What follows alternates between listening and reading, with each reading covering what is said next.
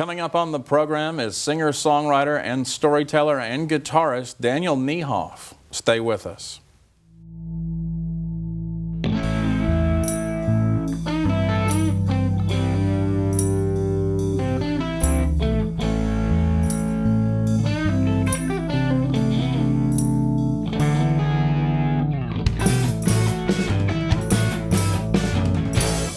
Welcome to the program. My guest today is Daniel Neihoff. He is a guitarist, singer-songwriter, and storyteller who's grown up and lived in Paducah, who's toured all over the country.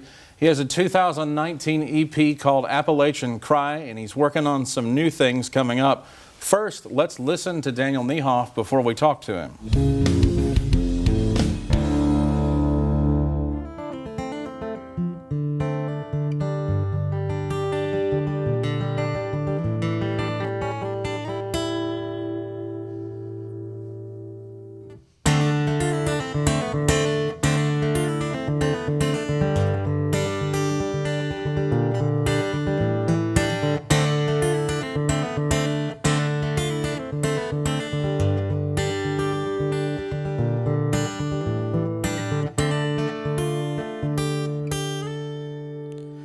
Sold my soul to the company store before I found out what I was working for.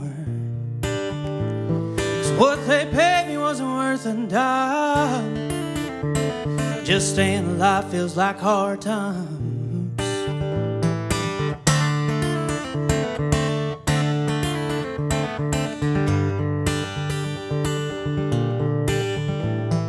I guess they thought it wouldn't do much harm if a few mountain folks lost their farms. So they packed up and left us high and dry. Even the mountain had tears in its eyes. And that's how the Smoky Mountains got their name. That haze has been hanging around here for an age. So when you see that misty top, you'll know why.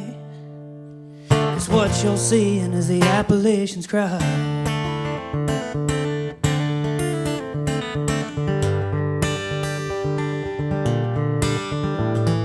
We turned our mountain into mud, with tears and sweat and miners' blood. They worked that mountain till it died, poisoned our land with all their lies. But when they found a cheaper way, they blew that mountain top away. Smoke rose up from the blast, and to this day that smoke still lasts. And that's how the Smoky Mountains got their name. That haze has been hanging around here for an age. So when you see that misty top, you'll know why. 'Cause what you'll see and is the Appalachians cry.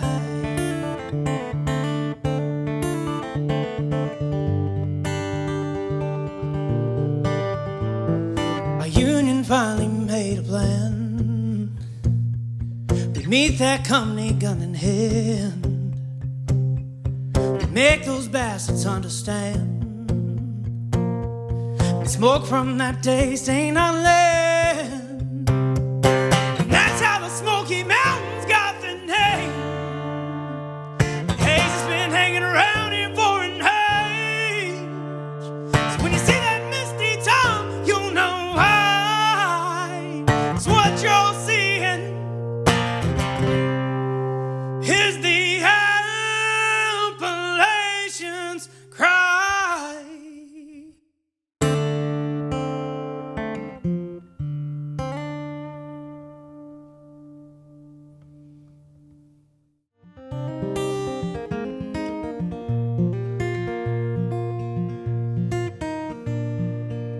Well, he penned a letter back in 1862, when battle lines cut through the north and south.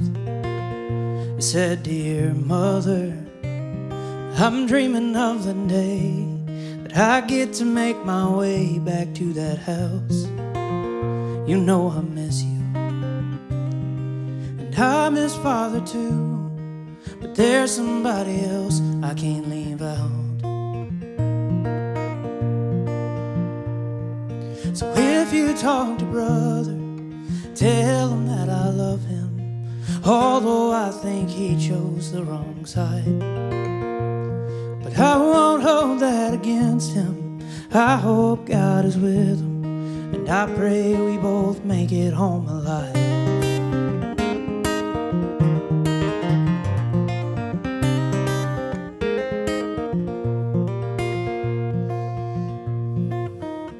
And miles away, there was another soldier like him, but in a different color uniform. By lantern light, he wrote his own letter on a tiny piece of paper, slightly torn. It said, "Dear Father, do you recall a time that I didn't have to fight in this damned war? If you talk to brother, tell him that I love him, although I think he chose the wrong side. But I won't hold that against him. I hope God is with him, and I pray we both make it home alive."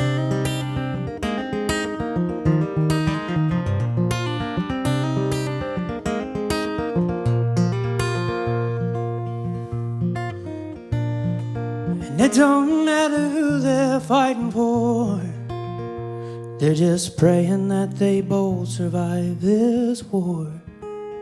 If they make it home, there won't be battle lines. They'll greet each other, arms open wide. And that's why they write. If you talk to brother, tell him that I love him, although I think he chose the wrong side. But I won't hold that against him. I hope God is with him, and I pray we both make it home alive. They're both praying that they make it home alive.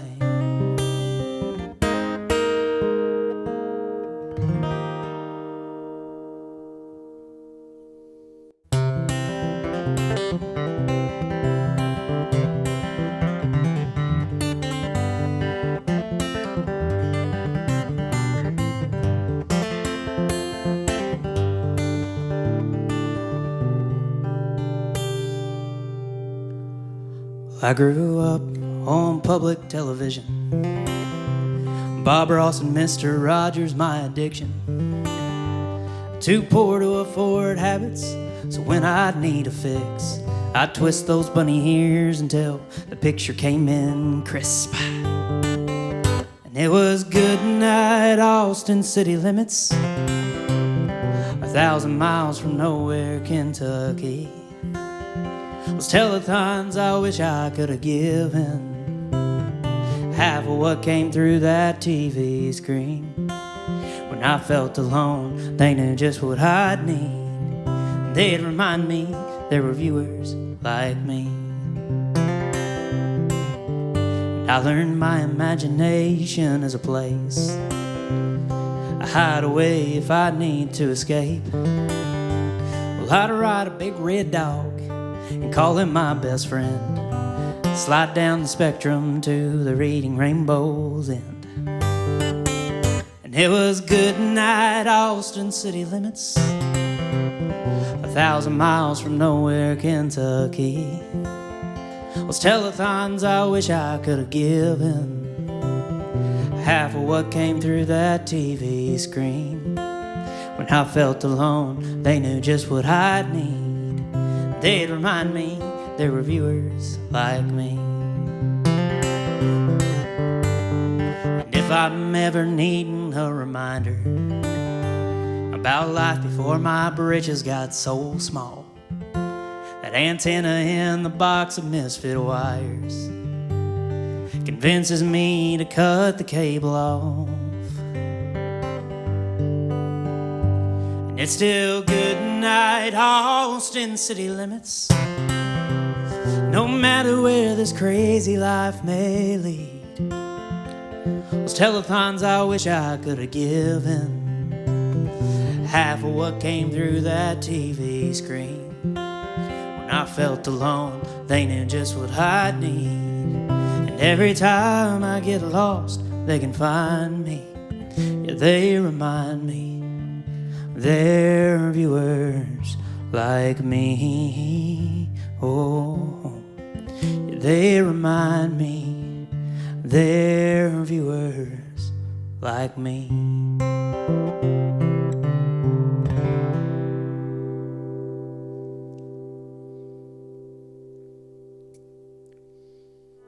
This next song here is inspired by my grandma, because my grandma was perfect, and anybody who says otherwise is lying.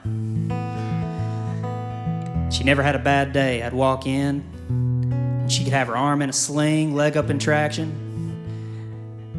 and she'd still say, "I'm just having the best day ever." So this was a little lesson in love I learned from my grandma by way of a wheelbarrow.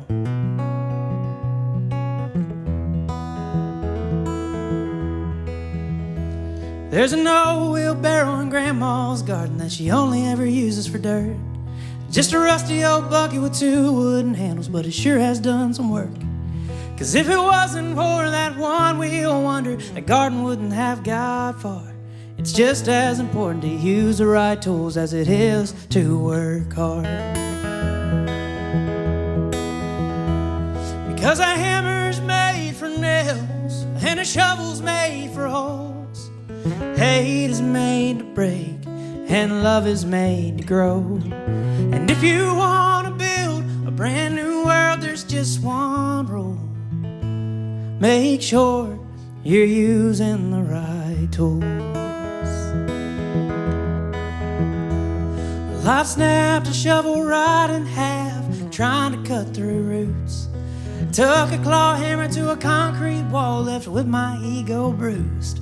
Well, if you try to do the job wrong enough times, you'll realize real quick that it ain't worth keeping your pride. Take all the help you can get. Because a hammer's made for nails and a shovel's made for holes. Hate is made to break and love is made to grow. And if you want to build a brand new world, there's just one rule. Make sure you're using the right tools. Every time I play this song, I like to think my grandma's up in heaven looking down.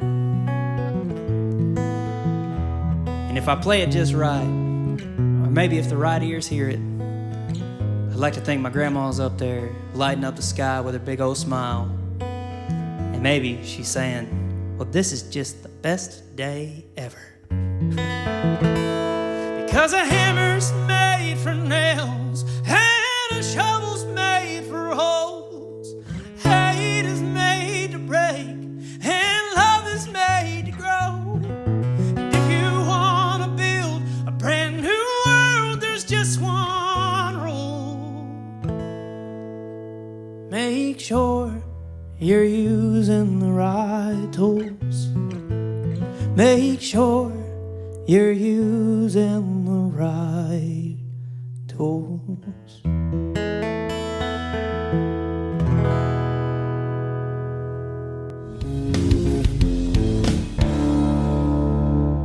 Welcome back. Joining me now is Daniel Neihoff. Welcome to the show. Thanks for having me. I've been looking forward to this for a long time. Yeah, a couple of Dans now on the stage. I've been glad to have you here. We've been talking about doing this for a long time, and now you've got a program here at WKCTC as well coming up this year. You've got a couple of shows, seasons, but first let's get into some music. So you've been playing music since you were a kid. You were actually born in Texas before you moved to Kentucky, right? Right, yeah. I was born in Texas. We ended up moving to Kentucky when I was about 4 years old. And so Kentucky's really been home, but I've still got some roots in Texas to where when I go back there, it's like a home away from home. Hmm. Did you live in Paducah the whole time, or were you raised here? Yeah, I actually grew up in Reedland, right by Reedland, the yeah. racetrack there, and so we hear the racetrack going every single night. The announcers and the cars going around whenever they're still doing quite a few races out there. Hmm. And talk to me about sort of what inspired you to play music. Were you always inclined musically? Did you always want to play? Was that something that was just like, oh yeah, that's a given? Well, it's funny. There was a very short time where I didn't want anything to do with music whenever I was really young, and I think it was because my dad played so much, and then it flipped to where it was like I wanted to do music because my dad played so much, and I think part of it was, growing up poor, it was cheaper than therapy, and so You could pour all of your songwriting and trials and tribulations into exactly. the music. Yeah, and so like I started picking up a guitar just like my dad would pick up one and just writing a new song just every time I pick one up. So your dad was a musician. What kind of music did he play? He played like country music. He'd pick up a guitar every day after he'd get home from work and write a new song just about. But he was 3 chords in the truth. He knew that G, C, and D, but that was all he needed to tell a story. Yeah, and he was someone who was your experience in writing music and the style that you play in inspired by him? Very much, yeah.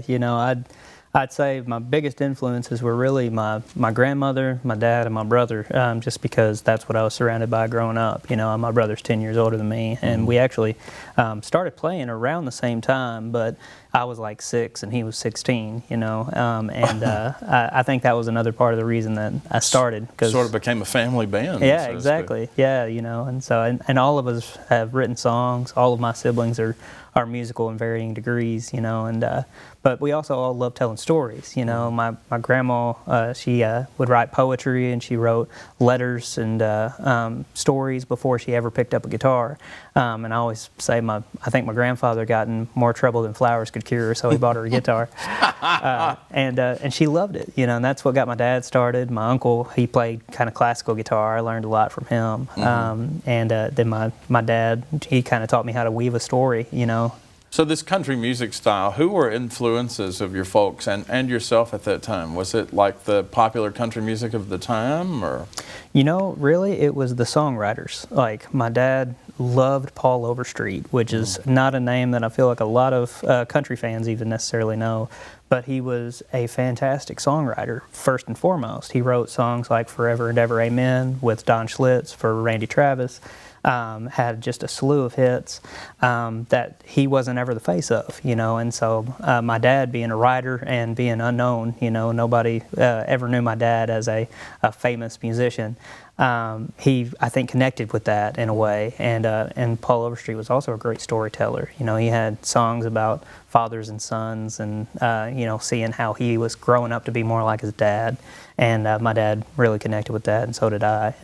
My mom, on the other hand, she was more into the folk side of things, and so Simon and Garfunkel. She was a big fan of James Taylor, and so I loved all of that growing up too. And I've stolen a lot of guitar things from James Taylor. I'm a big James Taylor fan myself. I absolutely love James. He is one of my absolute favorites of all time. Probably Joni Mitchell too, if I had to guess. Yeah, Joni Mitchell, fantastic as well. And then on the country side of it too, of the folky country, like Chris Christopherson, I used to love. Like, I think Sunday Morning Coming Down, I think, is one of the best songs ever written. I think it's just such a great story, and it says so much without preaching anything. It's just walking you through a day in the life. Yeah. And I think that's one of the most powerful things, whenever you can just tell a story, and that story in and of itself is profound enough and compelling enough to make somebody feel something. Yeah. What kind of stories was it that you were drawn to in these songs? Was it like not necessarily adventurous or hyperbolic, but like days in the life of regular people, right? Yeah, absolutely. Like I've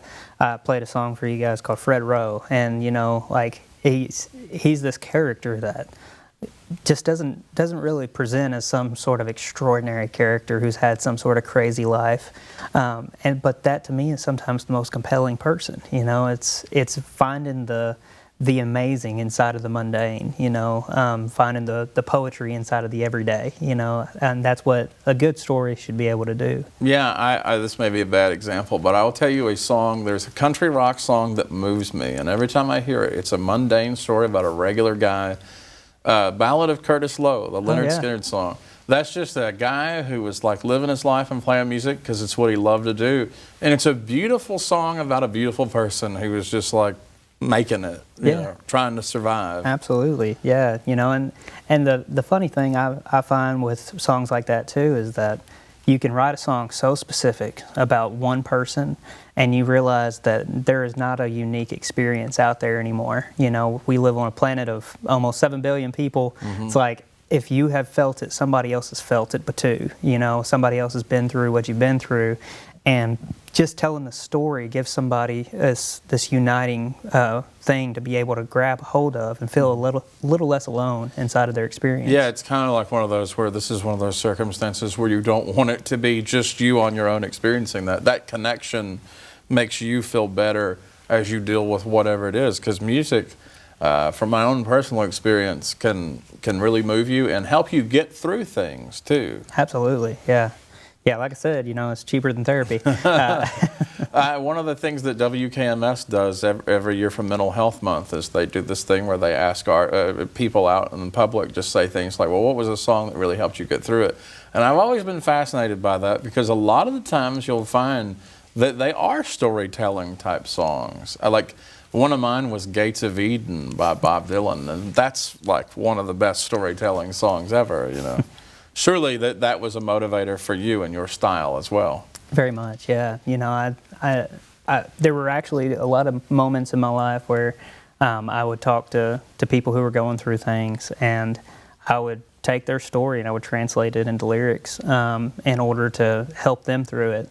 And the funny thing about it was, whenever I would do that for one person, if the song was good, I'd play it out, and I'd play it at coffee shops around town or gigs around town, and people would come up and they'd say, "Gosh, that song, that one that you did, like that really hit me. Like I'm going through kind of a similar thing." It was real. Yeah, and like, you write a song for one person, and it's never for one person; it's for everybody. That's a pretty special thing. Yeah, and I was taken by the comment you made about your grandmother wrote poetry first. And so poetry first, then music. So it's kind of, I always find the structure of how someone writes a song interesting. It's like, do you hear a riff or notes or music, and then you're like, oh, I'm going to add lyrics to that. But this case, she wrote poetry.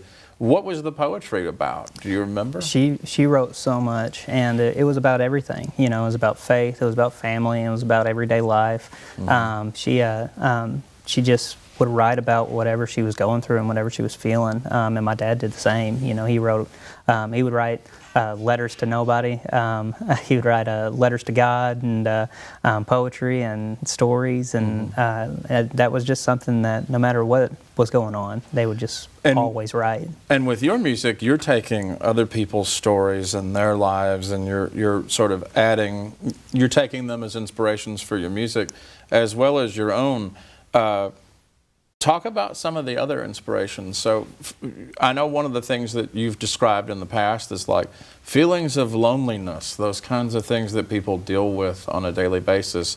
Also things like the geography, the land that we're blessed to be near. Yeah. For me, I've recently taken a lot more of my own story and have been writing a lot more of my own story. And it's a little scary to do that sometimes, because you got to be a lot more open and sensitive. Vulnerability. And vulnerable. But it is one of the most rewarding things that I've found, and so that's something I've really done as of late. The song that I did, "Be Weak," I had written that right before a lot of tragedy, but right after kind of this initial hurt that I had felt, because over the past couple years we ended up, my wife and I, between the two of us, we lost 7 family members. We had 3 grandparents, an aunt and uncle, 2 cousins, and then we had 2 miscarriages at the end of last year. And I'd written that song after the first loss, and it ended up being a song I really needed, you know.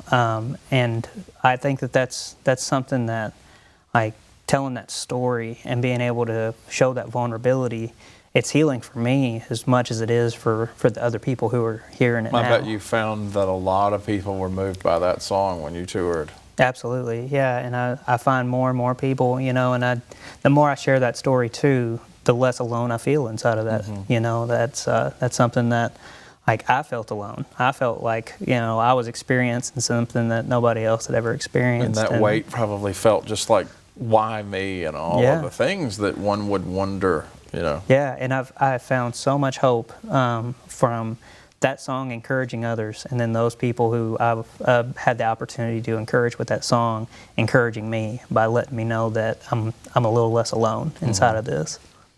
Man, that is incredibly moving to hear that. One of those things where you just don't know what to do, so you just sort of sit down and write something out, pour your heart out into the content that you're going to make. Yeah. Did you find that, this is just a curiosity of mine, I've had my own health issues and a near-death experience in 2021, and it changed my life too.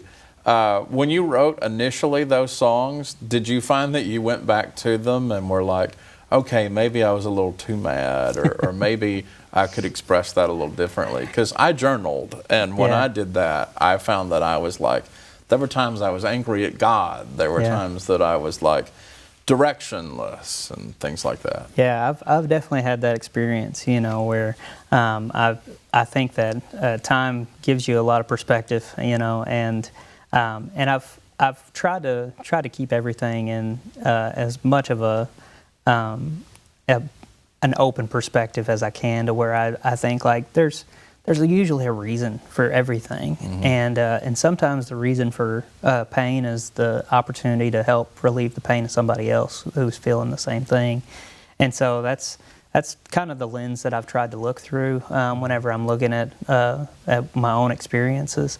But there was definitely a time whenever I had written a lot of songs that were very angsty, you know, like, especially, you know, when you start at 6, you can't avoid the angsty teenage song. Like, that's just gonna happen. And I want to ask you too, there's a woman named Cheryl Yates who was a big inspiration for you too over the years. She is one of the best musicians I've ever met, bar none. How did you get connected with her? So we played at church together, actually, and may I ask which one? So this was a while back. I used to lead worship and for the youth and on Sunday morning at Faith Center many years ago, and then I bounced around and helped a lot of different churches with worship that just needed somebody to fill in. But Cheryl, she was one of the people on the worship team there, and she is one of the best musicians I've ever met. It's easier to name the things that she can't play than it is to name the things she can.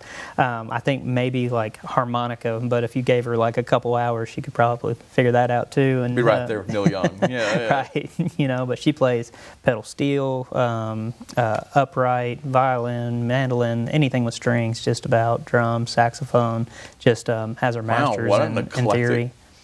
That's awesome. Yeah, she taught me so much, and I'm so thankful for kind of her teaching me some foundational things, you know, because by the time that I had met Cheryl and started learning some things from her, I'd played guitar for probably 15 years or better, you know, and never had like true lessons. I'd learned a few things from my uncle and a few things from somebody here or there. Sort of self-taught. Exactly, yeah, just basically trying to steal from everybody I could. And whenever she sat down and really explained like the foundational things of chord families and scales and all of this stuff. That's that foundational stuff that's going to help you forever in the future. Like if you don't have that, it's like building a house without a foundation. Exactly, yeah. And so I got all of that from her, really. She knows so much more that I never even got a chance to tap into, but she is still probably the best musician I've ever met. I remember my music theory days in school, and some of that was very tiring, I must admit. Was guitar your primary instrument? Do you play anything else? Or? Yeah, I started on guitar, and I played bass for a while too. I played bass in a few different in the worship team at church for a while. I played in a couple country bands, and I can play, a lot of things good enough never to play in front of anybody. But guitar is definitely the thing that I've focused on the most, and focused on specifically the finger style, the finger picking stuff. Have you always been a solo artist, or have you played in bands with other folks? As far as playing my own stuff, I've always done it solo. I've had some great musicians who played on my record with Josh Coffey, Jake Senior, Eddie Dunlap, but I've never toured with a band, just because there's a lot more logistics involved, honestly. And it's just you doing it. You know what you're going to do. Right. Yeah. There's some control in that. Yeah. Right? And I can, if I'm sleeping at somebody's house on their couch, then I don't have to make room for 3 other people on the couch. So. But you've played gigs across the country. You've toured. Talk to me about some of the tour life. What's that been like for you? I love performing now. There was a time whenever all I wanted to do was write songs and let somebody else play them. And when I was living in Nashville, I fell in love with the actual performance side. And so now I've toured from Florida up through Boston, going out to California a couple times, going out there later this year, down through Texas a lot, all the way up to Montana. I mean, I've gone everywhere that I can trick people into paying me to come play music.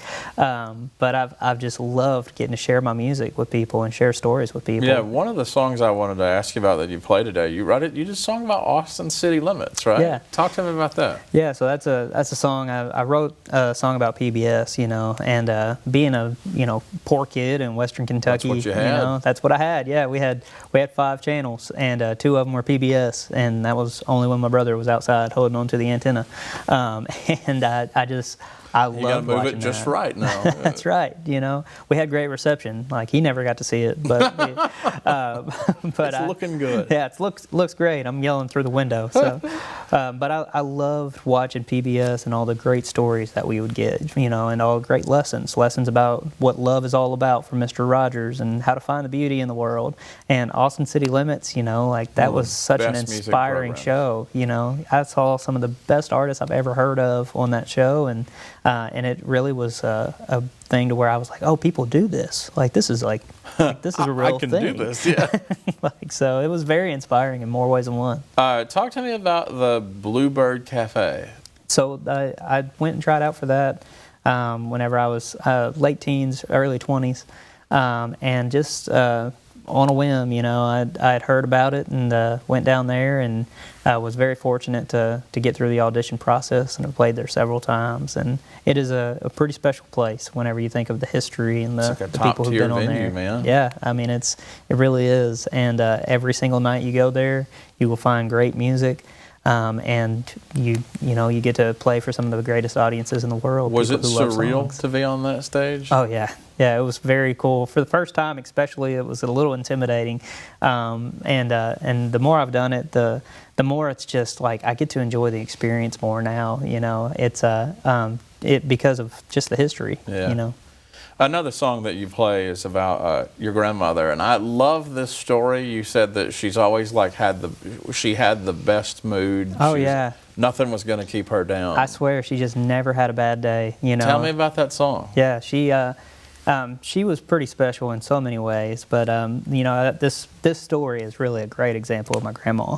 She was telling me about how she was talking to her sister, and her sister's complaining about getting older, and she's like, "Oh, my bones are achy, and I'm cold, and my skin is dry," and and my grandma looked at her and she said, "Oh, honey, I love getting old because I get to see all the love I put into this world through my kids and my grandkids and my great-grandkids, and how it's multiplied, and now all that love gets to come back to me, and I wouldn't see that if I didn't get old." And her sister said, "What the hell's wrong with you?"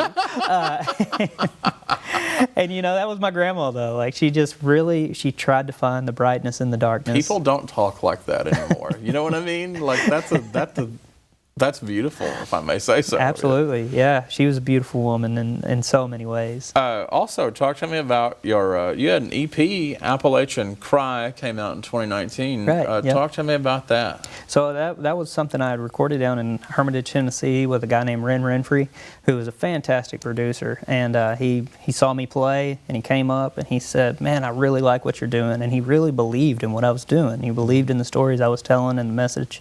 And so he brought me in the studio and really was instrumental in getting that record put together. And so I'm eternally grateful to his influence in that. What were some of the inspirations by that? I mean, Appalachian being in the title, I assume that it's about the land as well, right? Yeah, and that actually came a lot from PBS. Whenever I was growing up, I would always watch these documentaries on PBS about Eastern Kentucky. And being, a poor kid in Western Kentucky and seeing that and seeing, a lot of people would see that and say, gosh, that's so sad what all these people have gone through. But I found so much hope and inspiration in that because they were so resilient, and that was what was special to me and what I took from it. Mm-hmm. Is the title track inspired by that struggle? It is, yeah. It's a theory of why the Smoky Mountains are actually smoky. And my theory is that it's the tears in the eyes of the mountain for what's been done to the people and to the land. Man, I think it's, you watch documentaries about all that and the mountain top removal and everything that's been done to the beauty of that land for the sake of, profit and industry, right? Absolutely, yeah. Can you talk about some of the other tracks off the album? Any sort of walk me through the record and your inspiration for that? Yeah. So the other big track from that was a song called Civil War Letters, and I'd written this song after living in Nashville for a little while. I was like, I need to remember what I'm actually doing here because I had written a lot of those pop country songs, and I'm just not really a pop country guy. I wanted a song that told a story, and so this song was about two brothers writing letters home, and I had written it for myself mostly, to be honest. Mm-hmm. I was like, nobody's going to care about this song. It's too weird. It's about stuff that nobody you were interested in. Yeah. Yeah, this was just for me. And I started playing it out just because I wanted to see how people would respond. And the parallels people drew between, the two brothers fighting on opposite sides of the Civil War and where we are today of,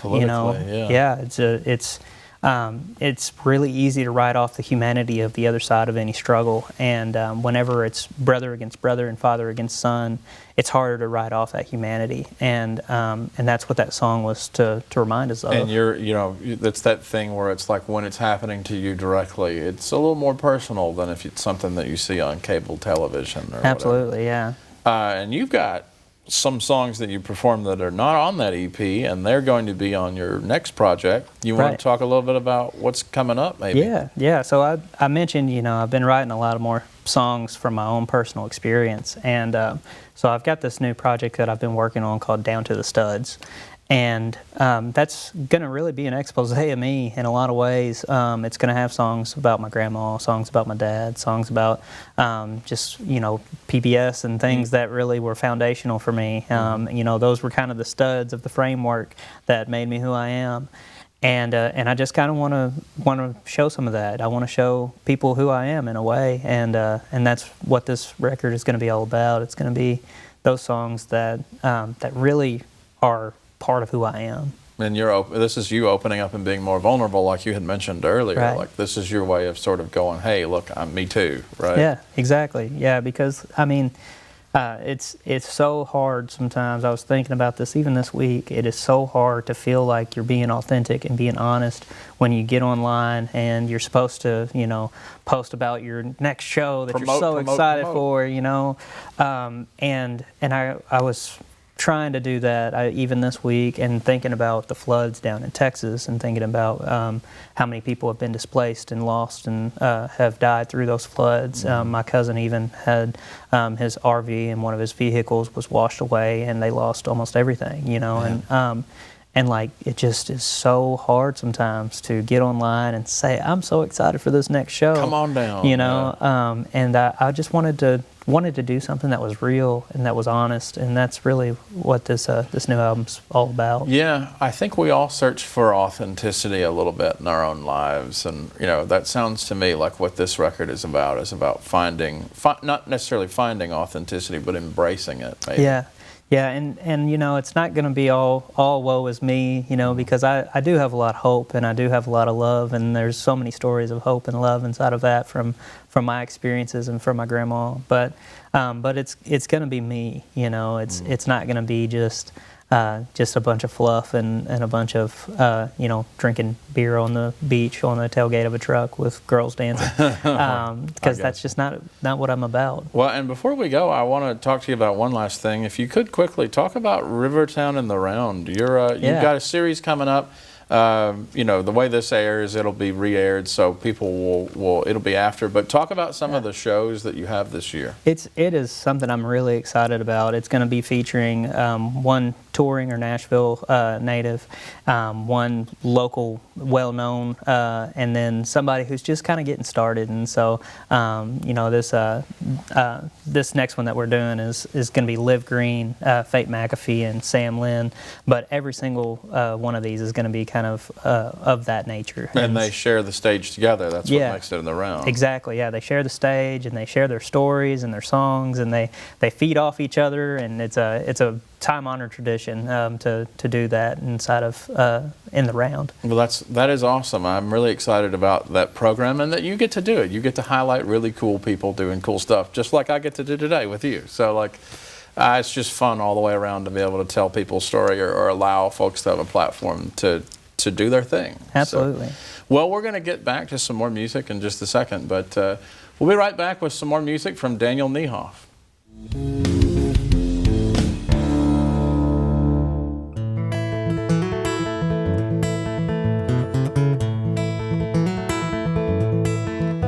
Well, these suits on Music Row would probably dang 'em. Today's corporate radio sure wouldn't play 'em. But his platinum vinyl records are still hanging. There's still folks like me that are gonna sing 'em. Singing oodle-lolly, how live long day. Chug a lug, cut a rug, but don't ever chug away. Do what I do what I do, but it ain't do what I done. Drop a needle on it, it's still just as fun. If you ask me, I say it's killer diller. But they say there's no room for Roger Miller. Snap beats, repeats, sound just like the last one. Like country music's trying to pull a fast one. But if Roger was around, we'd look right past him. We'll sing those old songs that will outlast him. Singing oodle-lolly, how to live long day. Chug a lug, cut a rug, but don't ever chug away. Do what I could do what I could do, but it ain't do what I could done. Drop a needle on it, it's still just as fun. If you ask me, I say it's killer diller. But they say there's no room for Roger Miller.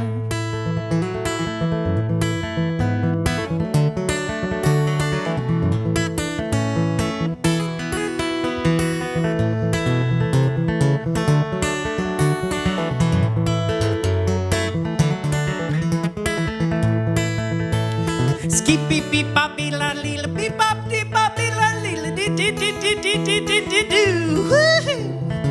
Ski beep bop beep bop dee la dee bop dee bop bow.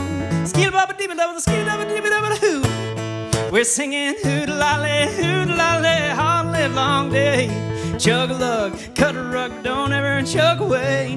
Do what I could do what I could do, but it ain't do what I could done. Drop a needle on it, it's still just as fun. If you ask me, I say it's killer diller. But they say there's no room for Roger Miller.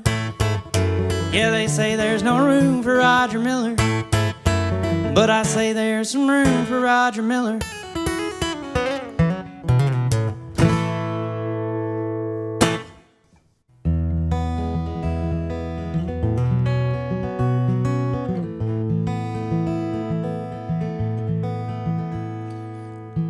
Fred Rose smokes a pack a week. Doesn't like to cook, but he's gotta eat. So he gets his TV dinners on his EBT. Goes home to live nobody's dream.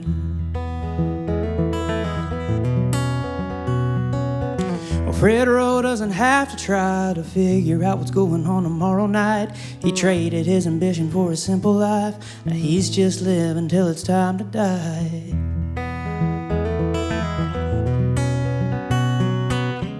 A perfect picture of what's right and what's wrong, what's weak and what's strong, what's giving up and carrying on. There's a lesson to be learned from every life. If you look close enough, you'll find not everything is so black and white. There's so much we don't know, and that's the lesson that I learned from Fred Rowe. Well, Fred Rowe's barely getting by, lead inside his chest, pain behind his eyes. Wakes up drenched in sweat on a winter night, feeling guilty just because he made it out alive.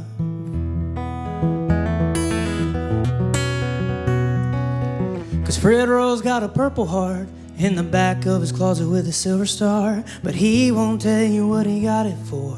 He'll just tell you that he's done with war.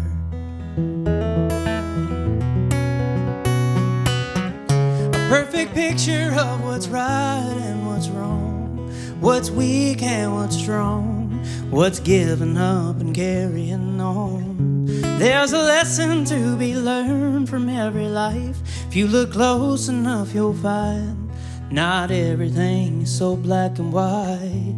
There's so much we don't know, and that's the lesson that I learned from Fred Rowe. Oh, some say he's a hero, and some say he's a bum. But if you ask Fred, then they're all wrong.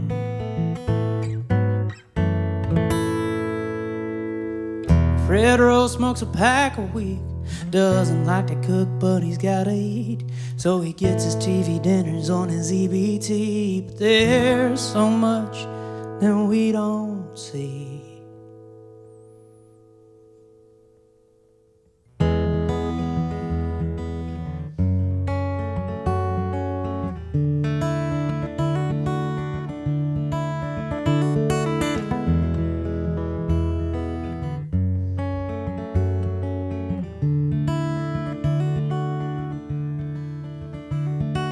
Every time she plays that song, the one about the hands, I bawl just like a child, picture of a broken man.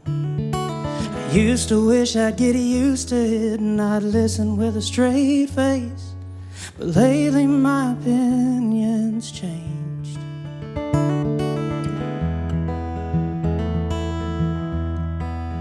Now I hope it hits me every time. I hope it always makes me cry. I hope my heart is never hard enough. These walls are never tall enough to keep it from getting inside.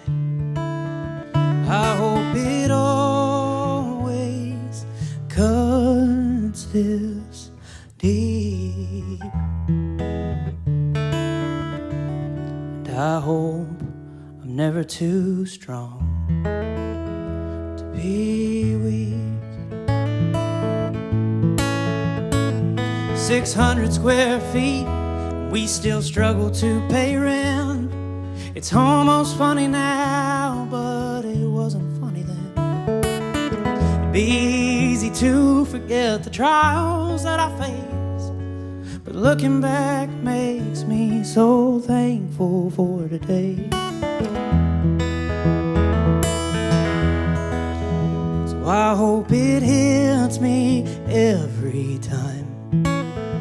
I hope it always makes me cry. I hope my heart's never hard enough.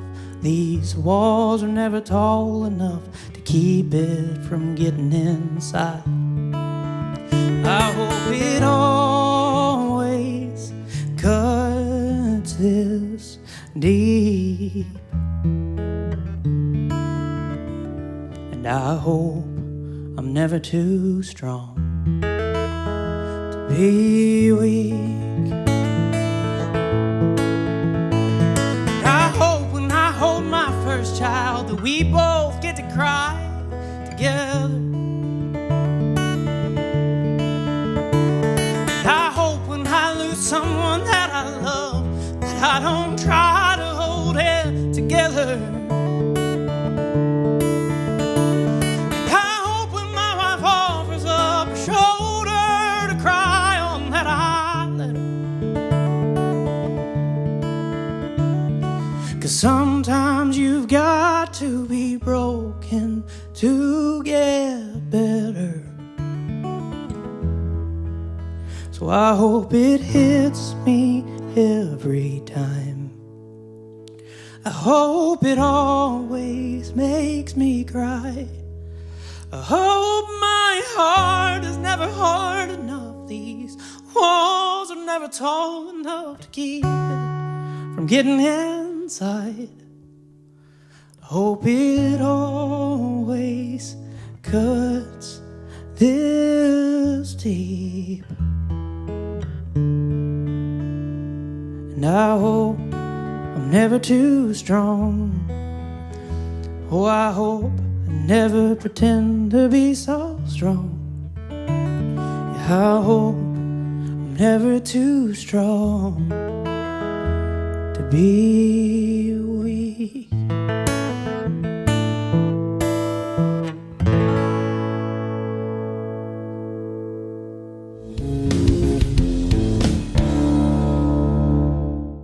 Welcome back. Thanks, Daniel, for coming on the show. It's been a couple of Dans. It's been a pretty good show.